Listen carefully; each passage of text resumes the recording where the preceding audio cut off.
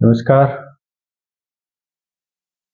पंचायती राज व्यवस्था हमारे देश की स्थानीय स्वशासन की ग्राम स्तर की सबसे छोटी इकाई है। आज हम चर्चा करेंगे ब्रिटिश शासनकाल के दौरान पंचायती राज संस्थाओं का कैसा स्वरूप रहा होगा।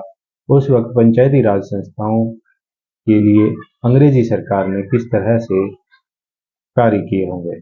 दरअसल अंग्रेजों के शासन में अंग्रेजी सरकार भारतीय शासन व्यवस्था को आम जन तक पहुंचने में कारगर नहीं मानती। उनका मानना था कि ग्रामीण प्रबंधन तथा ग्राम अर्थव्यवस्था को सुचारू रूप से चलाने के लिए, उस पर पकड़ बनाने के लिए पंचायतों का होना अत्यंत आवश्यक है।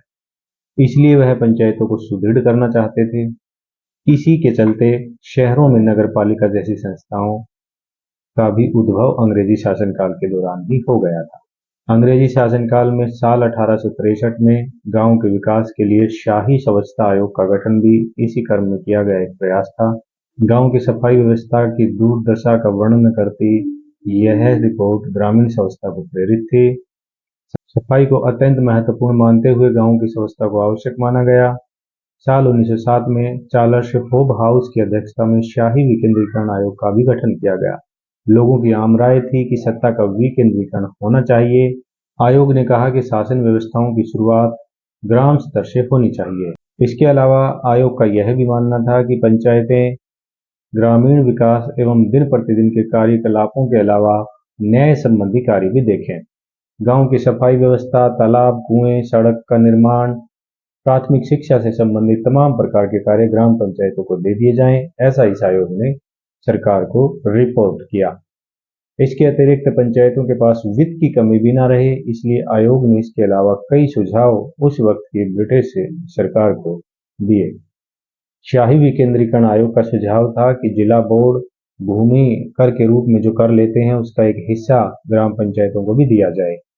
जिला बोर्ड और जिलाधीश द्वारा स्थानीय सुधार के लिए विशेष अनुदान भी पंचायतों को देने की अनुशंसा इस आयोग ने सरकार के समक्ष की थी। तालाबों और बाजारों आदि से जो आय प्राप्त हो वह पंचायतों को मिलनी चाहिए, ऐसा इस आयोग का तर्क था।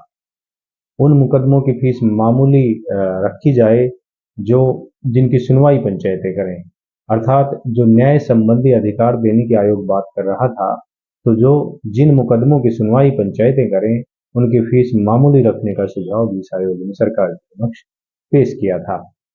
शाही विकेंद्रीकरण आयोग ने जिस तरह से पंचायतों को अधिकार दिए जाने की सिफारिश की वह वास्तव में काबिल तारीफ था।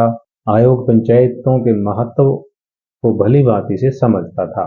भारत जैसे देश में पंचायतों का प्रभाव आमजन के ऊपर सदैव ही रहा है। पंचायतें लोगों से सीधी जुड़ी होती हैं। ग्राम स्तर के कार्यों में पंचायतों की रुचि भी ज्यादा होती है। इसमें सबसे अहम बात यह है कि ग्राम स्तर की समस्याओं को समझना पंचायतों के लिए बेहद आसान होता है और उन तमाम समस्याओं का समाधान भी पंचायतें आसानी से कर सकती हैं, बशर्ते उनकी इच्छा शक्ति मजबूत हो। साल 1915 में भारत सरकार ने एक प्रस्ताव पारित करके पंचायतों से संबंधित कानून और नियम बनाने का कार्य राज्य सरकारों को दे दिया। 1917 में अंग्रेजी सरकार ने विभिन्न स्तरों पर भारतीयों को भागीदारी देने, पंचायतों को कारगर और सशक्त बनाने की घोषणा भी की। इसको मद्देनजर रखते हुए साल 1919 में ब्रिटिश सरकार ने भारत सरकार अधिनियम 1919 पारित किया। इस अधिनियम के तहत पंचायतें प्रांतीय सरकारों को हस्तांतरित करने के लिए कहा गया।